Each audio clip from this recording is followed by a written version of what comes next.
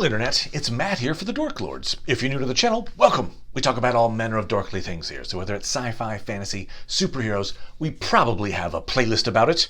Feel free to check us out. Today is another in our Dork Lord of the Rings segments. And today's topic is actually part 2 in our Dragons series.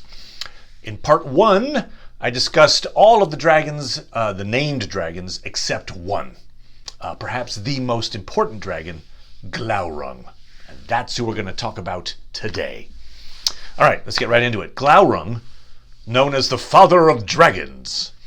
Some debate as to whether Glaurung actually sired the dragons that came after, or if he was just the first that Morgoth created. But either way, he gets the title, Father of Dragons. Golden scales. You can imagine a gold-scaled dragon. Must have made an impressive sight. Did not have wings. The winged drakes came later, after his death, but he could breathe fire. And I believe he's the only dragon that we hear about that is wingless and breathes fire. He shows up. This is back in the First Age. So again, remember the War of the Rings in the Third Age. First Age, thousands and thousands of years before the War of the Ring. And it is the year 260.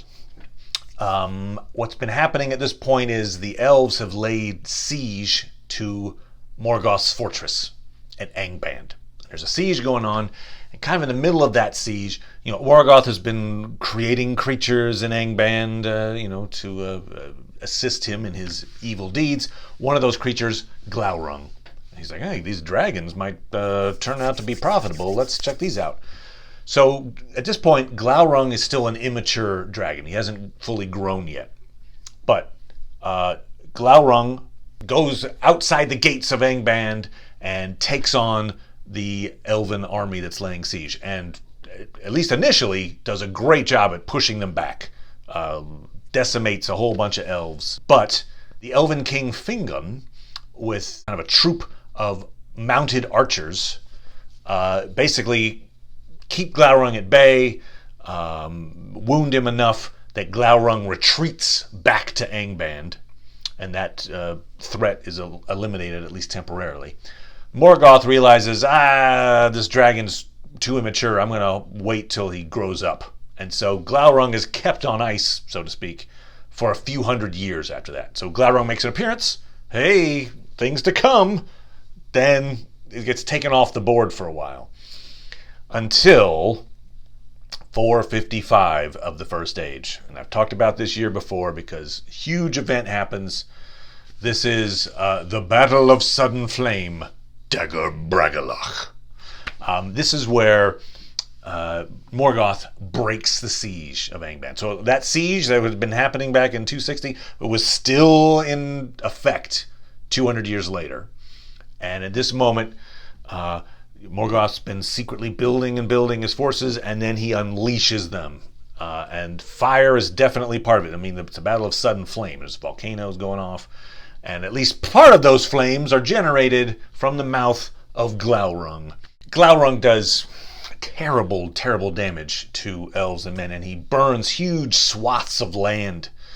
And the elves are defeated, pushed back, and the siege is broken. So now Glaurung is in his ascendancy and is basically wreaking havoc on the countryside. A few years later, it's 472, so almost 20 years later, the elves decide, you know what, the best defense is a good offense. Let's take the fight back to Morgoth, and they assault Angband in what becomes known as the Battle of Unnumbered Tears. Again, this does not go well for the good guys.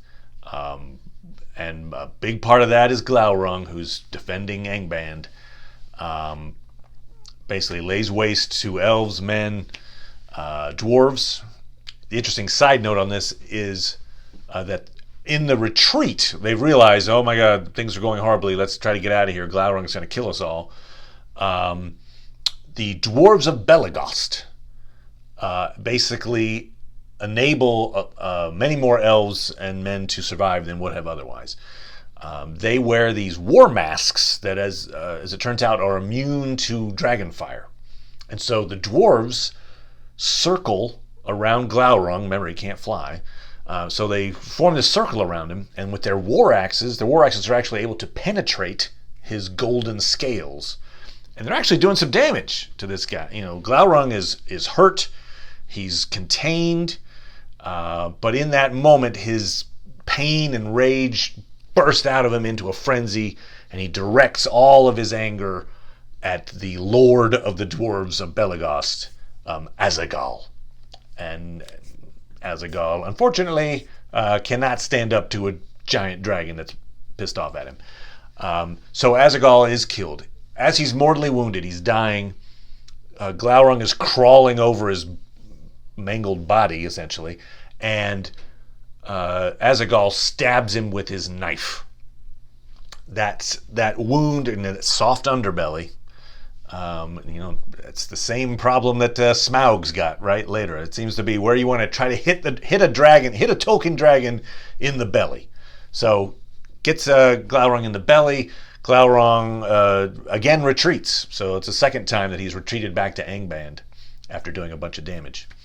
But notably, so the other dwarves, seeing their dwarven lord killed, are so distraught that in the middle of the fight, they just quit. They pick up the body of their lord and they carry him off essentially in a funeral procession, doing a funeral dirge as they go across the field while this fight is still in full effect. And no one interferes with them. No one touches them. They're like, do not rock that boat. Let these guys go. And so, yeah, you can imagine the situation where there's just chaos and violence and horrors going on all around them, and this funeral procession just walking right through the middle of it all. And so they leave the field with the body of Azaghal. So you've got, of course, the Dagor Bragollach. Then you've got the Battle of Unnumbered Tears, two things that did not go well for the good guys. And now you've got a third thing that Glaurung is responsible for that, again, goes very poorly for our heroes. And that is 495. So again, I'm kind of like another 20 years. Every 20 years, something horrible happens.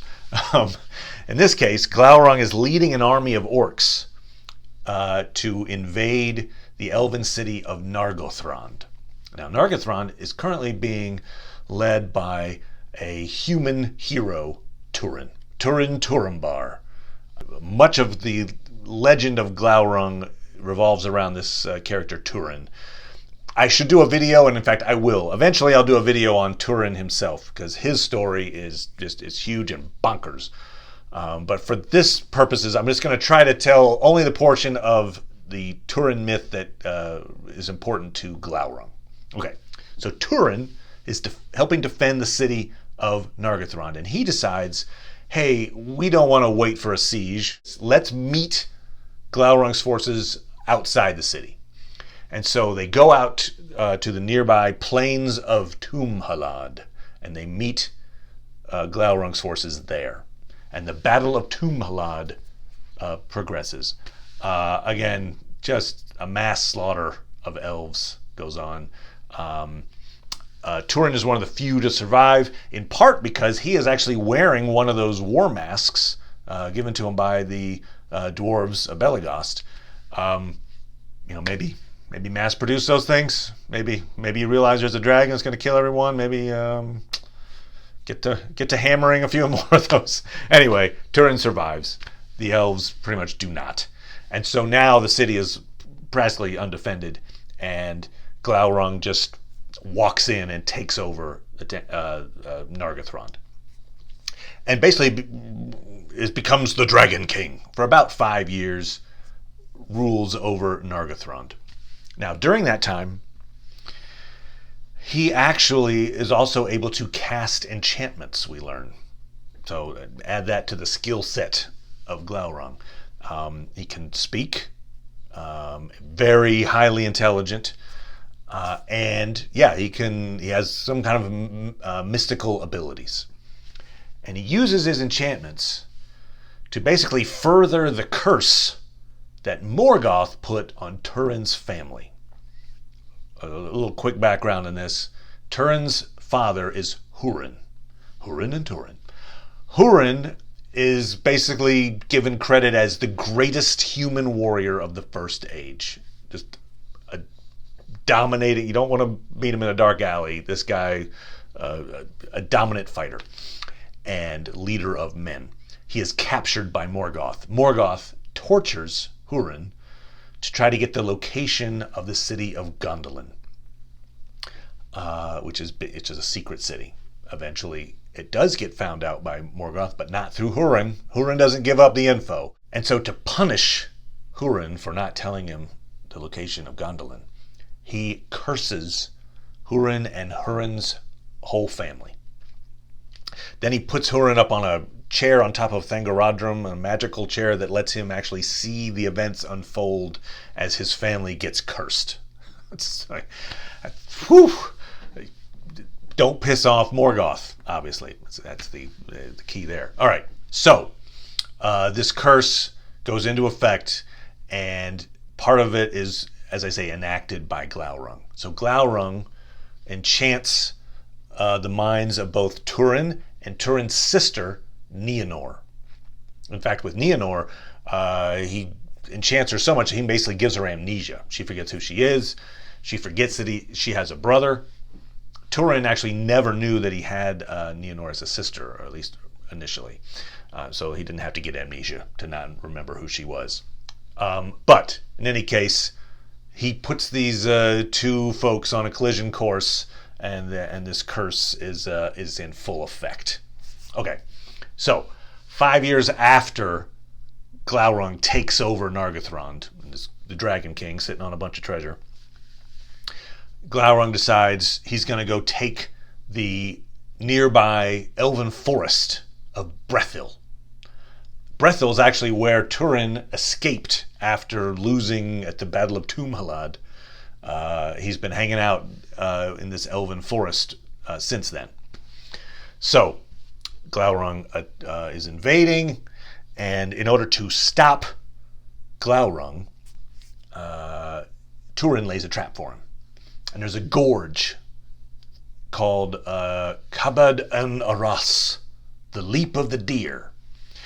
And Turin's plan, which is a good one, is he is in the gorge, and he realizes that at some point Glaurung is going to have to crawl across the gorge. And when he does, Turin's going to kind of impale him in that soft underbelly. Again, maybe he learned, if he had that war mat, maybe he knew about the success of Azaghal in stabbing this underbelly all those years ago. So he does the same thing, except he's not using a knife. He is using Gurthang, the black sword. It's a sentient blade made from a meteorite, forged by the dark elven smith Azaghal. I did a video about Azaghal. Check it out. That backstory is fascinating. In any case, Azaghal made two swords. One of them was Gurthang. Well, he didn't call it Gurthang at the time. Anglikel. Anyway, eventually Turin gets it. It's named Gurthang, and Gurthang, and eventually here kills Glaurung. But it's a very special sword. So he stabs Glaurung. Glaurung is dying.